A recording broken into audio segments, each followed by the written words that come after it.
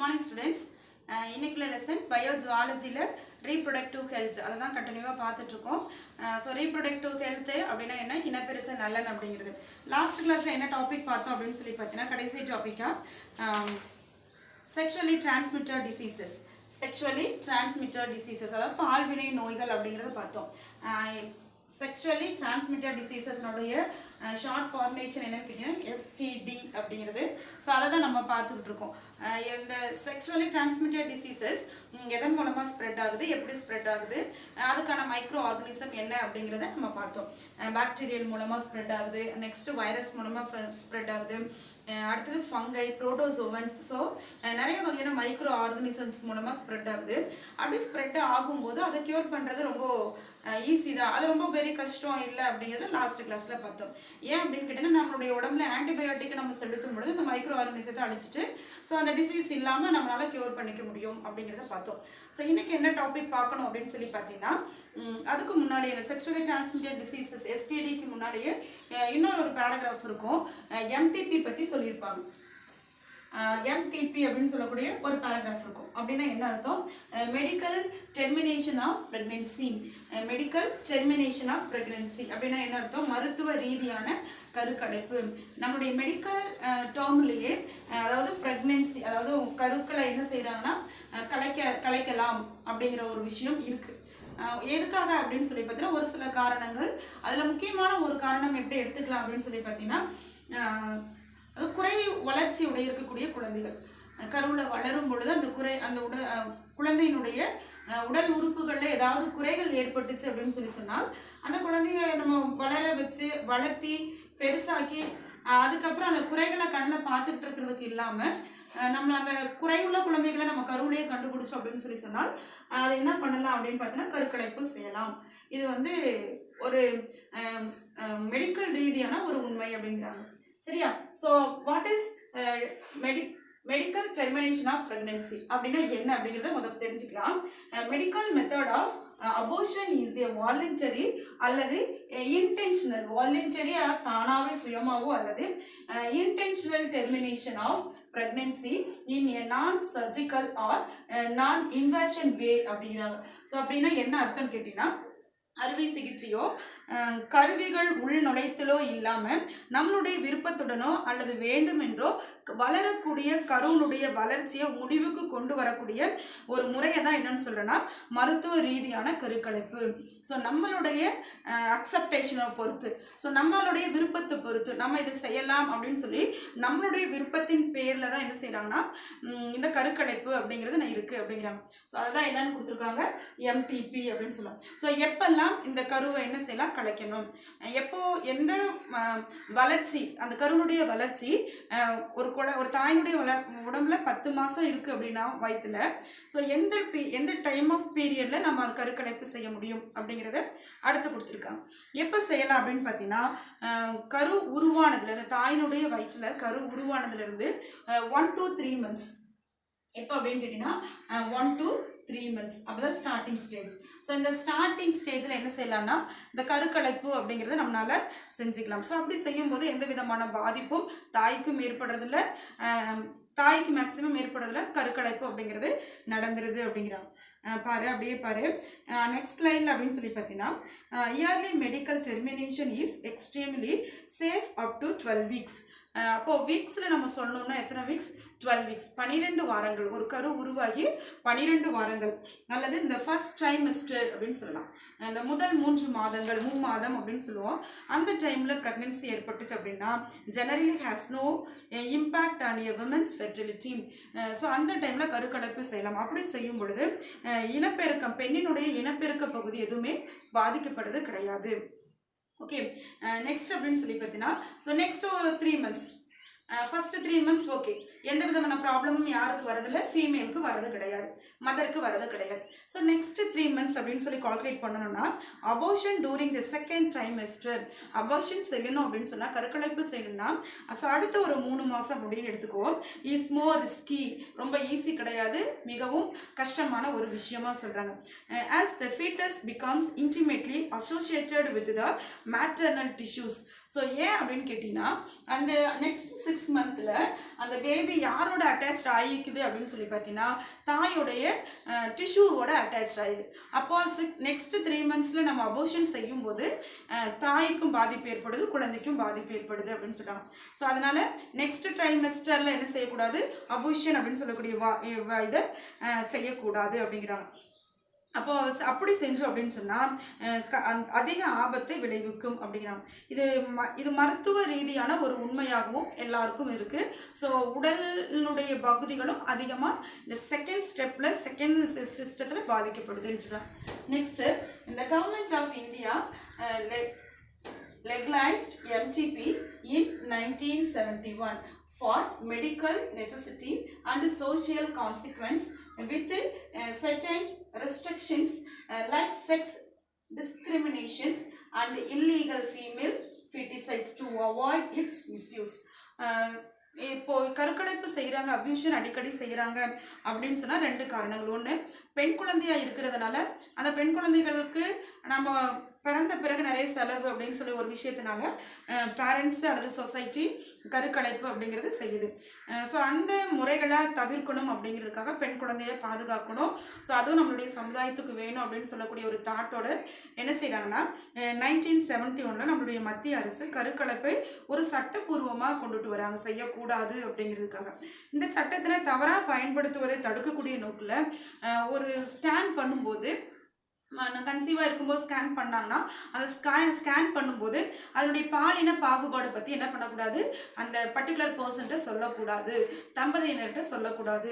இதை கட்டாயப்படுத்தியிருக்காங்க. சட்டப்பூர்வமான ஒரு அமைப்பாக இது இருக்குது அப்படின்னு சொல்கிறாங்க.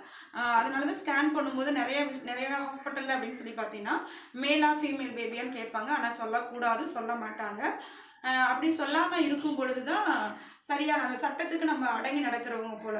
எந்த குழந்தையாக இருந்தாலும் நமக்கு என்னதான் இருக்கும், நல்ல பிள்ளை தான், நல்ல குழந்தை தான் அப்படிங்கிறத ஏற்றுக்கணும் அப்படின்னு சொல்லக்கூடிய ஒரு விஷயங்களை தான் நம்மளுடைய அரசாங்கம் அப்படிங்கிறது செய்யுது அப்படின்னு சொல்கிறாங்க. சரியா. செகண்ட், இந்த சட்ட விரோதமான பெண் சிசு கொலை போன்றவற்றை தடை செய்து சில கட்டுப்பாடுகளில் இந்த சட்டம் இயற்றப்பட்டது. இந்த சட்டத்தினுடைய முக்கியமான ஒரு விஷயமே அதாவது செக்ஸ் ரேஷியோ பற்றி சொல்லக்கூடாது, அது என்ன மாதிரி குழந்தை அப்படின்னு சொல்லக்கூடிய விஷயங்களை சொல்லக்கூடாது. 2, செக்ஸ் டிஸ்கிரிமினேஷன், பாலின பாகுபாடு அப்படின்னு சொல்கிறது. 2வது, இல்லீகல் ஃபீமேல் ஃபெட்டிசைட்ஸ், பெண் சிசு கொலை போன்றவற்றை தடை செய்து சில கட்டுப்பாடுகளோடு, இதை தடை செய்யணுங்கிறதுக்காக இந்த கட்டுப்பாடுகளோடு தான் இந்த சட்டம் நமக்கு இயற்றப்பட்டது. எப்போ அப்படின்னு சொல்லி கேட்டிங்கன்னா 1971 அப்படிங்கிறது. ஸோ நெக்ஸ்ட் அப்படி சொல்லி பார்த்தா நிறைய டாக்டர்ஸ் இருக்காங்க. எப்படின்னா நல்லா வெல் டாக்டர்ஸாக இல்லாமல், படித்தவங்களாக இல்லாமல் நிறைய டாக்டர்ஸ் இருக்காங்க. ஸோ அந்த doctors MTP performed illegally by unqualified quacks in unsafe. அதாவது சரியான மருத்துவரை அணுகாமல் சரியான மருத்துவர்கிட்ட நம்ம அபூஷன் அப்படின்னு சொல்லக்கூடிய விஷயங்களை செய்யாமல் போனோம் அப்படின்னா நம்மளுடைய உயிருக்கு ஆபத்தை விளைவிக்கக்கூடியதாக இருக்கும் அப்படின்னு சொல்லுவாங்க. ஸோ குவாலிஃபைடு டாக்டர்கிட்ட தான் நம்மளை செக்அப் பண்ணிக்கணும் அப்படிங்கிறது. ஸோ அடுத்து, MTP of the first conception may have serious psychological consequence. அதாவது முதல் கர்ப்பத்தை கருக்கலைப்பு செய்வது, first MTP performed illegally by unqualified quicks is unsafe and could be fatal. அதாவது அன்குவாலிஃபைட் டாக்டர்ஸ் நம்ம என்ன பண்ணக்கூடாது, கருக்கலைப்பு அப்படிங்கிற விஷயத்தை செஞ்சோம்னா நமக்கு ஆபத்தை விளைவிக்கும். MTP of the first conception may have serious psychological consequences. So முதல் குழந்தைய கருக்கலைப்பு செஞ்சுட்டா, இப்போ இளம் தம்பதிகளாக இருக்கும் பொழுது அவங்களுக்கு இதுதான் முதல் குழந்தை அப்படின்னு சொல்லி சொன்னால் அந்த முதல் குழந்தைய கருக்கலைப்பு செய்யும்போது ஸோ அவங்களுக்கு அடுத்து உளவியல் ரீதியாக நம்ம பார்த்தோம் அப்படின்னு சொன்னால் அதிகமான பாதிப்பை ஏற்படுத்தும் அப்படின்னு சொன்னாங்க. கடுமையான விளைவுகளை ஏற்படுத்தும். ஒரு சிலருக்கு குழந்தைகள் இருக்கலாம், இல்லாமலும் போகலாம். ஏன் அப்படின்னு கேட்டிங்கன்னா இந்த அபியூஷன் அப்படின்னு சொல்லக்கூடிய ஒரு விஷயத்தினால தான் அவங்களுக்கு அடுத்தடுத்து குழந்தைகளுடைய நிலை என்ன பண்ணப்படுதுங்கிறாங்க, சேஞ்ச் ஆகுது அப்படின்னு சொல்கிறாங்க. அப்புறம் நெக்ஸ்ட் அப்படின்னு சொல்லி பார்த்தீங்கன்னா வைரல் டிசீசஸ் பற்றி பார்க்க போகிறோம். ஏற்கனவே நம்ம எதை பார்த்துட்டோம் அப்படின்னு சொல்லி பார்த்தீங்கன்னா பாக்டீரியல் டிசீஸை பற்றி பார்த்துட்டோம். நெக்ஸ்ட்டு வைரல் டிசீஸ் பற்றி பார்க்க போகிறோம். லாஸ்ட் கிளாஸில் நம்ம பாக்டீரியல் எஸ்டிஐ அதாவது செக்ஷுவலி டிரான்ஸ்மிட்டட் டிசீஸை பற்றி பார்த்துட்டோம். இன்றைக்கி என்ன பண்ணலாம்னா மீதி இருக்கக்கூடிய செக்ஷுவலி டிரான்ஸ்மிட்டட் டிசீஸை பற்றி பார்க்கலாம். Viral sexually transmitted diseases, fungal sexually transmitted diseases, so next protozoal sexually transmitted டிசீஸை பற்றி நம்ம இன்றைக்கி பார்க்கலாம். ஸோ செக்ஷுவலி டிரான்ஸ்மிட்டட் டிசீசஸ் அப்படின்னா என்ன அர்த்தம்? பால் வினை நோய்கள், பால் உறவின் மூலமாக ஏற்படக்கூடிய ஒரு சில வகையான நோய்கள். இதில் நம்ம அந்த டேப்லெட் காலத்தில் பார்த்தீங்கன்னா இந்த விஷயங்களை கொடுத்துருப்பாங்க. நேம் ஆஃப் த டிசீஸ்னுடைய நேம் கொடுத்துருப்பாங்க, காசிட்டிவ் ஏஜென்ட், ஸோ எந்த வகையான வைரஸ், அந்த ஏஜென்ட் என்ன அப்படிங்கிறத கொடுத்துருப்பாங்க. ஸோ அந்த வைரஸ் வந்துருச்சுன்னா என்ன வகையான சிம்டம்ஸை உடம்புல உருவாக்கும் அப்படிங்கிறத கொடுத்துருப்பாங்க. நெக்ஸ்ட்டு எத்தனை இன்குபேஷன் பீரியட், எத்தனை நாள் அவங்களுடைய உடம்புல இருக்கும் அப்படிங்கிறதும், என்னென்ன விளைவுகளை ஏற்படுத்தும், எந்த இடத்த பாதிக்கும் அப்படிங்கிற விஷயங்களும் நமக்கு ஒரு டேப்லெட் காலத்தில் கொடுத்துருப்பாங்க. சரியா? ஃபர்ஸ்ட் நம்ம என்ன பார்க்கலான்னு பார்த்தீங்கன்னா வைரல் எஸ்டிஐ, வைரஸ் மூலமாக ஏற்படக்கூடிய செக்ஷுவலி டிரான்ஸ்மிட்டட் டிசீசஸ் அப்படிங்கிறத பார்க்கலாம். ஃபஸ்ட்டு என்னன்னு கேட்டிங்கன்னா ஜெனிட்டல் ஹெர்ப்ஸ். ஃபஸ்ட்டு டிசீஸ் பேர் genital herpes, second one genital warts, third one hepatitis B, fourth one AIDS. Genital herpes, genital warts, hepatitis B, AIDS. So இது எல்லாம் என்ன அப்படின்னு கேட்டிங்கன்னா வைரஸ். இது வந்து நேம் ஆஃப் த டிசீஸ்னுடைய நேம். ஸோ இந்த டிசீஸை உருவாக்கக்கூடியது எதுன்னு கேட்டிங்கன்னா வைரஸ். ஓகே, ஸோ நெக்ஸ்ட் அப்படின்னு சொல்லி பார்த்தீங்கன்னா இதனுடைய கான்ஸ்டிடியூவ் ஏஜென்ட், என்னென்ன ஏஜென்ட்? ஜெனிட்டல் ஹெர்ப்ஸ் அப்படின்னா ஹெர்ப்ஸ் சிம்ப்ளெக்ஸ், உன்னுடைய புக்கில் இருக்கும் பாரு, ஹெர்ப்ஸ் சிம்ப்ளெக்ஸ் அப்படின்னு சொல்லக்கூடிய வைரஸ் எதை உருவாக்கும்? ஜெனிட்டல் ஹெர்ப்ஸை உருவாக்கும். செகண்டு ஜெனிட்டல் வாட்ஸ் அப்படின்னு சொன்னால் ஹியூமன் பாப்பிலோமா வைரஸ் அப்படிங்கிறது உருவாக்கும். நெக்ஸ்ட் ஹெப்பாடைட்டிஸ் பி அப்படிங்கிறது கல்லீரல் அலர்ஜி அப்படின்னு சொல்லுவோம். ஸோ அதை உருவாக்கக்கூடிய ஏஜென்ட் ஹெப்பாடைட்டிஸ் பி வைரஸ் அப்படிங்கிறது. ஸோ நெக்ஸ்ட் எய்ட்ஸை உருவாக்கக்கூடியது ஹெச்ஐவி, ஹியூமன் இம்யூனிட்டி வைரஸ் அப்படிங்கிறது. ஸோ அதுதான் எதை உருவாக்குதுன்னு பார்த்தா எய்ட்ஸை உருவாக்குதுன்னு சொல்லலாம். ஸோ நெக்ஸ்ட் என்ன பார்க்கணும்? அதனுடைய சிம்டம்ஸ். ஜெனிட்டல் ஹெர்ப்ஸ் அப்படி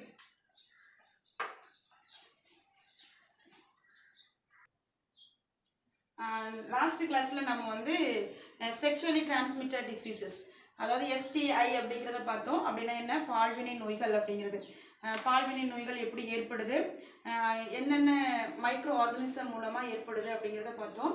அதாவது பாக்டீரியா மூலமாக, வைரஸ் மூலமாக, புரோட்டோசோவன் மூலமாக, ஃபங்கை மூலமாக ஏற்படுது அப்படின்னு சொல்லிட்டு.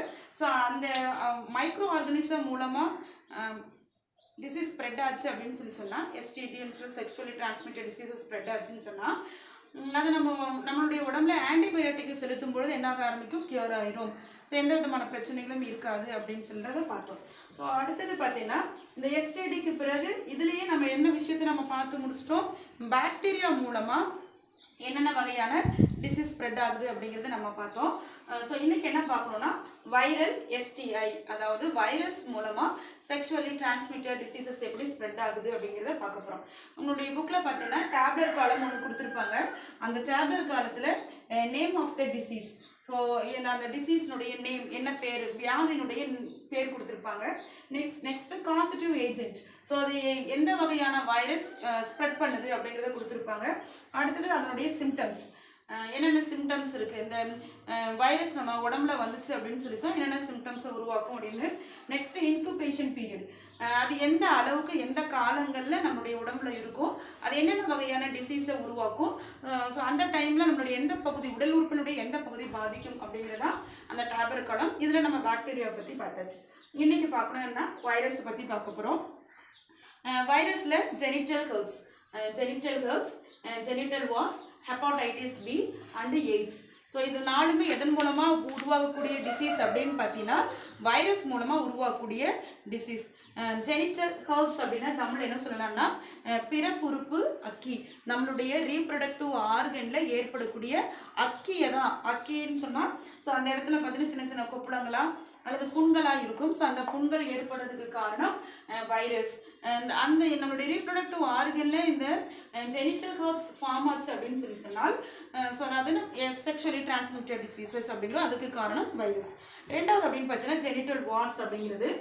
ஜெனிட்டல் வார்ட்ஸ் அப்படின்னு சொன்னால் பிறப்புறுப்பு மறுக்கல் அப்படிங்கிறது. பிறப்புறுப்பு மறுக்கல்னா நம்மளுடைய ரீப்ரொடக்டிவ் ஆர்கன்லேயே என்ன உருவாகும் அப்படின்னு பார்த்தீங்கன்னா சின்ன சின்ன மறுக்கள் மறு உருவாக ஆரம்பிக்கும் அப்படிங்கிறது. ஸோ நெக்ஸ்ட் அப்படின்னு பார்த்தீங்கன்னா ஹெப்பாடைட்டிஸ் பி. ஹெப்பாடைட்டிஸ் பி அப்படிங்கிறது கல்லீரல் அலர்ஜி. நம்மளுடைய உடலில் லிவர் பகுதியில் ஏற்படக்கூடிய புண்களை தான் நம்ம என்னென்னு சொன்னால் ஹெப்பாடைட்டிஸ் பி அப்படின்னு சொல்கிறோம். ஸோ நெக்ஸ்ட் அப்படின்னு பார்த்தீங்கன்னா எய்ட்ஸ். AIDS எய்ட்ஸை உருவாக்கும். ஸோ அந்த எய்ட்ஸ் உருவாக்குறதுக்கு காரணமான வைரஸ் HIV வைரஸ் அப்படிங்கிறது. HIV வைரஸ் அப்படிங்கிறது. ஸோ இது எல்லாமே வைரஸ்னால ஏற்படக்கூடிய டிசீசஸ் அப்படிங்கிறது. So next causative agent. So இந்த டிசீஸை உருவாக்கக்கூடிய ஏஜென்ட்லாம் எது எதெல்லாம் அப்படின்னு பார்த்தீங்கன்னா ஃபர்ஸ்ட் ஜெனிட்டல் ஹெர்ப்ஸை உருவாக்கக்கூடியது ஹெர்ப்ஸ் சிம்ப்ளெக்ஸ் அப்படின்னு சொல்லக்கூடிய வைரஸ். ஃபர்ஸ்ட் ஹெர்ப்ஸ் சிம்ப்ளெக்ஸ் அப்படின்னு சொல்லக்கூடிய வைரஸ். செகண்டு ஜெனிட்டல் வார்ட்ஸ் அப்படின்னு சொல்லக்கூடிய பிறப்புறுப்புல மறுக்கள் ஏற்படுறதுக்கு காரணம் papilloma virus. Papilloma virus HPV அப்படின்னு இருக்கும். அப்படின்னா என்ன, ஹியூமன் பாப்பிலோமா வைரஸ் மூலமாக அந்த இடத்துல நமக்கு வார்ட்ஸ் அப்படிங்கிறது ஃபார்ம் ஆகுது அப்படிங்கிறது பார்க்கலாம். ஸோ நெக்ஸ்ட் அப்படின்னு பார்த்தீங்கன்னா ஹெப்பாடைட்டிஸ் பி. அதாவது ஹெப்பாடைட்டிஸ் பி அப்படின்னா ஸோ HBV அப்படிங்கிறது HBV அப்படிங்கிறது ஹெப்பாடைட்டிஸ் பி வைரஸ் மூலமாக ஹெப்பாடைட்டிஸ் பின்னு சொல்லக்கூடிய கல்லீரல் அலர்ஜி அப்படிங்கிறது உருவாகுது. Next AIDS. எய்ட்ஸ் அப்படிங்கிறது human immuno deficiency virus. Human immuno deficiency virus மூலமாக எய்ட்ஸ் அப்படிங்கிறது உருவாகுது அப்படின்னு பார்க்கலாம். ஸோ அடுத்தது என்ன பார்த்துட்டோம், காசிட்டிவ் ஏஜென்ட்ஸ். ஸோ நெக்ஸ்ட் என்ன பார்க்கலாம் அப்படின்னு பார்த்தீங்கன்னா சிம்டம்ஸ். ஸோ நம்ம உடம்புல வந்துச்சுன்னா என்னென்ன சிம்டம்ஸை உருவாக்கும். ஃபர்ஸ்ட்டு ஹெர்ப்ஸ் வந்தால் ஜெனிட்டல் ஹெர்ப்ஸ் வந்தால் என்ன சிம்டம்ஸை உருவாக்கும். சோஸ் in and around the vulva vagina urethra in female or shows on or around the penis in male. பெண்களுடைய பெண்குறி வெளி இதழ் வெளி அதாவது ஃபீமேல் ரீப்ரொடக்டிவ் ஆர்கனில் என்ன ஆரம்பிக்கும், சின்ன சின்ன புண்களை ஏற்படுத்தும். அடுத்தது வஜீனா அப்படின்னு சொன்னால் கலவி கால்வாய் அப்படின்னு சொல்லுவோம். ஸோ அங்கே புண்களை ஏற்படுத்தும். நெக்ஸ்ட் அப்படின்னு பார்த்தீங்கன்னா யூரித்ரா இன் ஃபீமேல். யூரித்ரா இன் ஃபீமேல்னா சிறுநீர் வடிகுழாய். இது எல்லாமே சுற்றி சின்ன சின்ன புண்கள் ஏற்படும். இது ஃபீமேலில் ஏற்படக்கூடிய டிஃபிகல்ட்டிஸ். மேலாக இருந்துச்சுன்னா ஆண்களாக இருந்துச்சுன்னா ஆண் குறியை சுற்றியும் புண்கள் ஏற்படும். அரவுண்ட் த பின்னிஸ் இன் மேல். ஆண் குறியை சுற்றி என்ன இருக்குன்னா சின்ன சின்ன புண்களை ஏற்படுத்தக்கூடியதாக இருக்கும் ஃபர்ஸ்ட். ஸோ அடுத்தது பார்த்தீங்கன்னா ஜெனிட்டல் வார்ட்ஸ் ஹியூமன் பாப்பிலோ வைரஸ்னால உருவாகுது அப்படின்னு சொல்லி பார்க்கலாம். ஸோ இதனால் அவங்களுடைய உடலில் என்னென்ன தன்மைகள் உருவாகும் அப்படின்னு பார்த்தா அதுக்கு முன்னாலேயே பார்த்தோன்னா இந்த ஹெப்பாடைட்டிஸ் ஹெர்ப்ஸ்லேயே ஸோ என்ன டிசீஸை உருவாக்குது அப்படின்னு சொல்லி பார்த்தா pain during urination, bleeding between periods. சிறுநீர் கழிக்கும் போது ரொம்ப வழியாக இருக்கும். இந்த மென்சுரல் சைக்கிள் மாதவிடாய் சுழற்சிகளுக்கிடையே என்னென்னா ரத்தப்போக்கு ஏற்படும் அப்படின்னு சொல்கிறாங்க. அடுத்து ஸ்வெல்லிங் இன் த குரோயினோய்ட்ஸ். தொடை இடுக்குகளில் நிணநீர் முடிச்சுகளை சின்ன சின்ன வீக்கங்களை ஏற்படுத்தும். ஸோ இது எல்லாமே ஜெனிட்டல் ஹெர்ப்ஸ்குள்ள சிம்டம்ஸாக பார்க்கலாம். Next wards. ஜெனிட்டல் வார்ட்ஸ் அப்படின்னு சொல்லி HPV அப்படிங்கிறது பாப்பிலோமா வைரஸ் மூலமாக ஏற்படக்கூடியது. இதனால் என்னென்ன சிம்டம்ஸ் ஏற்படும். Hard outgrowths on the external genitalia, cervix and perineal region. இன உறுப்புகளினுடைய வெளிப்பகுதி, கருப்பை வாய், மலவாயை சுற்றிய பகுதிகளில் கடினமான புடைப்புகள், சின்ன சின்ன கட்டிகள் அப்படிங்கிறது உருவாகும். எதுக்கு, இந்த ஜெனிட்டல் வார்ட்ஸ் அப்படின்னு சொல்லக்கூடிய வைரஸ், ஜெனிட்டல் வார்ட்ஸ் சொல்லக்கூடிய டிசீஸ் மூலமாக சிம்டம்ஸை உருவாக்குது அப்படின்னு சொல்லிட்டாங்க. So next hepatitis B. Hepatitis B வந்துச்சுன்னா என்ன உருவாக்கும். Fatigue, jaundice, fever, rash and stomach pain.